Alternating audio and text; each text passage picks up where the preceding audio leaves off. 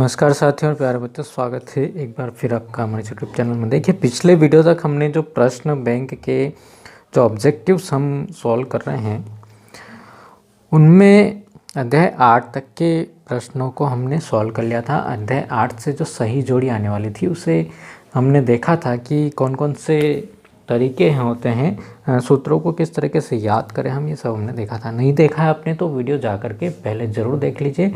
और आज का वीडियो शुरू करने से पहले यदि आप चैनल पर पहली बार आए हैं तो इसे ज़रूर सब्सक्राइब कर लीजिए। वीडियो को अपने दोस्तों में शेयर कीजिए और लाइक करना मत भूलिए। अध्याय 10 की बात करें, हम व्रत हैं, क्योंकि अध्याय 9 जो है इस बार रिमूव कर दिया गया है, सिलेबस के अंदर पूछा नहीं जाएगा आपको वार्षिक परीक्षा के अंदर। यहाँ पर 10वें अध्याय के अंदर देखिए कुल 5 अंक का अध्याय बनने वाला है हमारा, और 2 ऑब्जेक्टिव पूछाएंगे, एक नंबर के 2 और 3 नंबर का एक प्रश्न पूछाएगा। सबसे पहले ऑब्जेक्टिव की हम बात कर लेते हैं। 5 सेंटीमीटर त्रिज्या वाले वृत्त के एक बिंदु P पर स्पर्श रेखा PQ। देखिए, वृत्त की त्रिज्या जो दे रखी है हमें वो कितनी दे रखी है, 5 सेंटीमीटर के बराबर अपने को दी हुई है। ठीक है, इसको थोड़ा सा ऊपर कर लेता हूँ मैं। यहाँ पर वृत्त की त्रिज्या जो दे रखी है वो कितनी दे रखी है, 5 सेंटीमीटर दे रखी है। और इसके बिंदु P पर स्पर्श रेखा, और स्पर्श रेखा का नाम क्या दिया है, PQ। स्पर्श रेखा किससे कहते हैं हम, जो वृत्त को केवल एक बिंदु पर स्पर्श करती हुई निकल जाती है, छूती हुई निकल जाती है, उसे हम स्पर्श रेखा कहते हैं। यहाँ पर PQ केंद्र से जाने वाली एक रेखा से बिंदु Q पर इस प्रकार मिलती है कि OQ बराबर जो है वो 12 सेंटीमीटर। वृत्त का केंद्र O है और Q से जा कर के ये जो OQ की दूरी है वो कितनी है, 12 सेंटीमीटर है। तो PQ की लंबाई अपने को ज्ञात करनी है, यानी कि ये स्पर्श रेखा की लंबाई अपने को ज्ञात करनी है। कैसे ज्ञात करेंगे हम देखते हैं।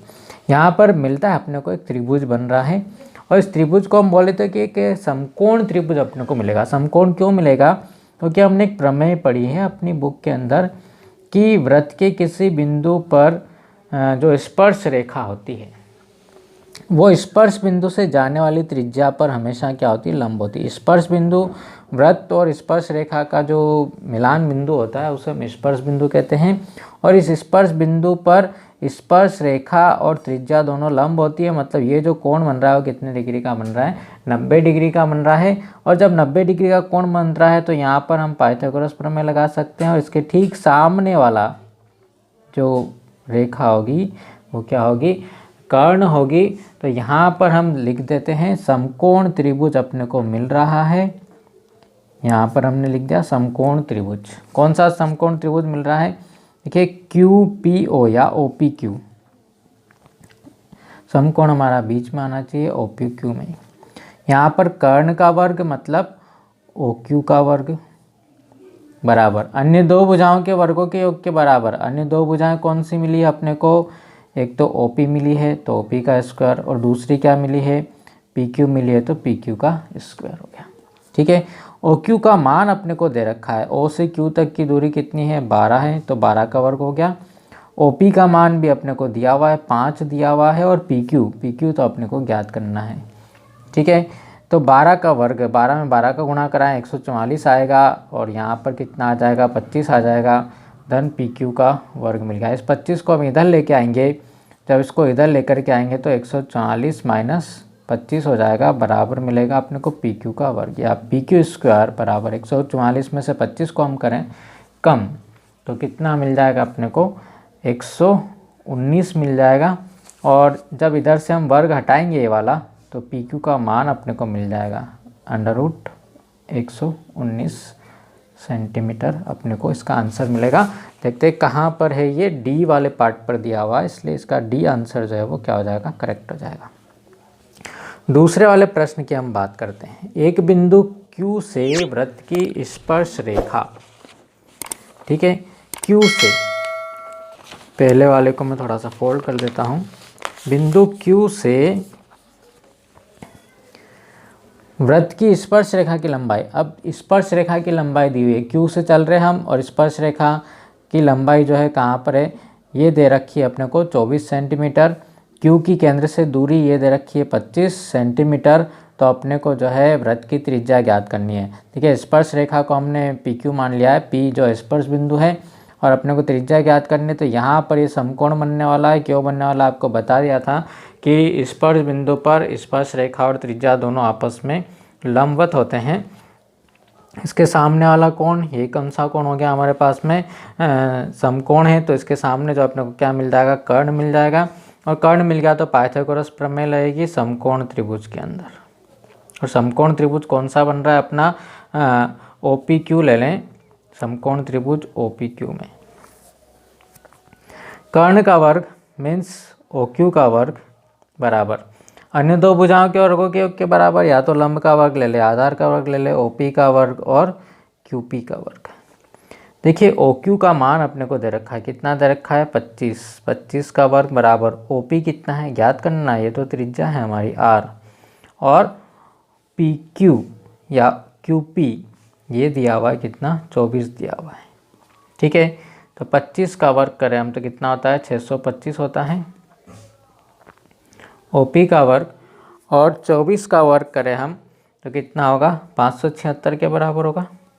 ठीक है, 24 गुना 24, इस 576 को हम इधर लेकर के आते हैं तो कितना मिलेगा 625 माइनस 576 बराबर OP का वर्ग या OP स्क्वायर बराबर कितना मिल गया, हमने घटाया 625 में से 576 घटा दिया, 24 और 25 कितना हो गया 49 अपने को प्राप्त होगा। या OP बराबर 49 का वर्गमूल, और 49 का वर्गमूल कितना होता है 7 सेंटीमीटर अपने को मिलेगी।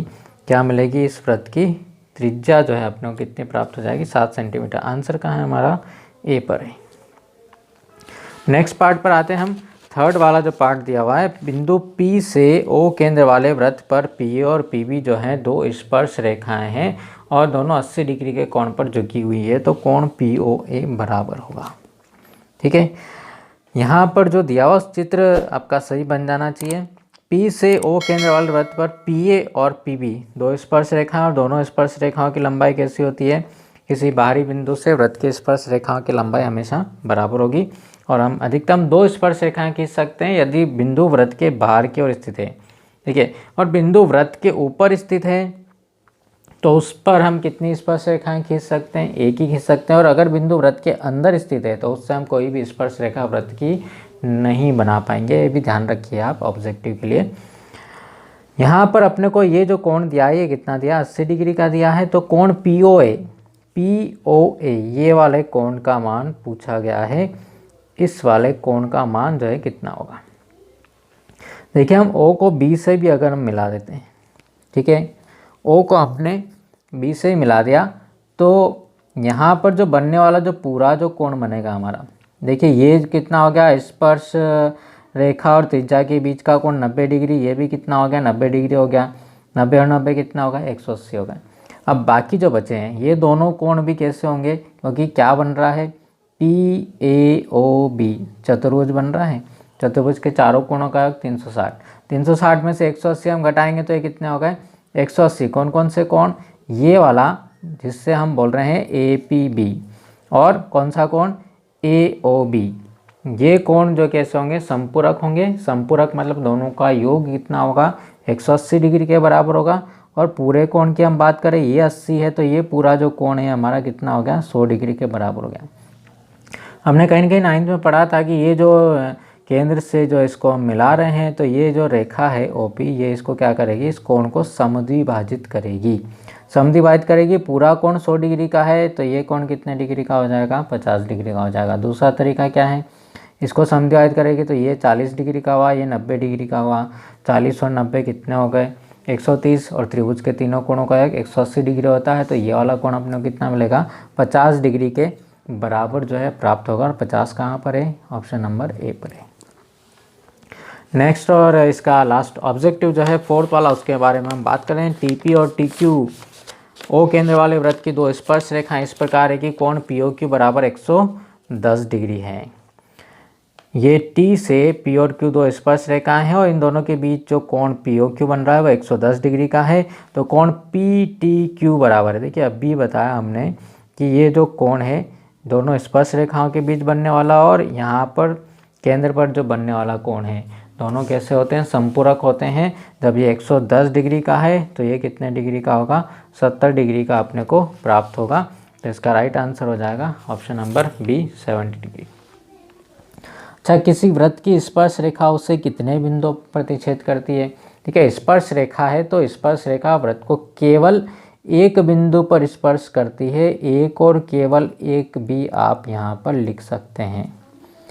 किसी वृत्त को दो बिंदुओं पर प्रतिच्छेद करने वाली रेखा को क्या कहते हैं। दो बिंदुओं पर अगर वृत्त को प्रतिच्छेद कर रही है मतलब उसमें छेद कर देती है, इसलिए हम इसको छेदक रेखा कहते हैं।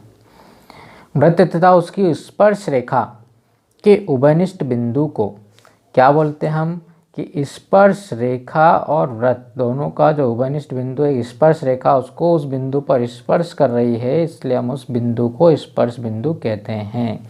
ये स्पर्श बिंदु की परिभाषा भी आपकी तैयार हो जाती है। स्पर्श बिंदु से होकर जाने वाली त्रिज्या स्पर्श रेखा पर कैसी होती है। स्पर्श बिंदु से जाने वाली त्रिज्या पर क्या होती है, लंब होती है। दोनों आपस में स्पर्श रेखा और त्रिज्या लंबवत यानी कि 90 डिग्री का कोण वहाँ पर बनेगा। वृत्त को दो बिंदुओं पर प्रतिच्छेद करने रेखा को छेदक रेखा कहते हैं। सत्य असत्य है, इसलिए क्या कथन हो गया, सत्य कथन हो गया। वृत्त को एक बिंदु पर स्पर्श करने वाली रेखा को स्पर्श रेखा कहते हैं, ये भी सत्य कथन है। दोनों परिभाषाएं हमारी तैयार हो जाती है, छेदक रेखा और स्पर्श रेखा की परिभाषा। वृत्त के दो बिंदुओं पर प्रतिच्छेद करने वाले रेखा को क्या कहते हैं, दो बिंदुओं पर प्रतिच्छेद कर रही है, बार बार आ रहा है, छेद कर रही है, इसलिए छेदक रेखा। वृत्त के एक बिंदु पर प्रतिच्छेद करने वाली रेखा को क्या कहते हैं। अगर वृत्त को एक ही बिंदु पर प्रतिच्छेद कर रही है तो उसे हम क्या कहेंगे, स्पर्श रेखा कहेंगे। ठीक है, और भी जो इसमें से ऑब्जेक्टिव बनते हैं, ये जो नीचे हमको प्रमेय जब सिद्ध करनी रहेगी तो उसमें से भी ये चारों भी जो है, इनमें से ये प्रश्नों को भी ऑब्जेक्टिव के अंदर जो है पूछा जा सकता है। मिलते हैं हम अगले वीडियो के अंदर। जो है रहेगा हमारा अगला जो अध्याय रहेगा ऑब्जेक्टिव के लिए, वो रहेगा अध्याय 12, क्योंकि 11 में से भी कोई ऑब्जेक्टिव आपको नहीं मिलने वाला है। अध्याय 12 के ऑब्जेक्टिव को हम सॉल्व करेंगे नेक्स्ट वीडियो के अंदर। तब तक बने रहिए हमारे साथ में, मिलते हैं हम। Have a nice day.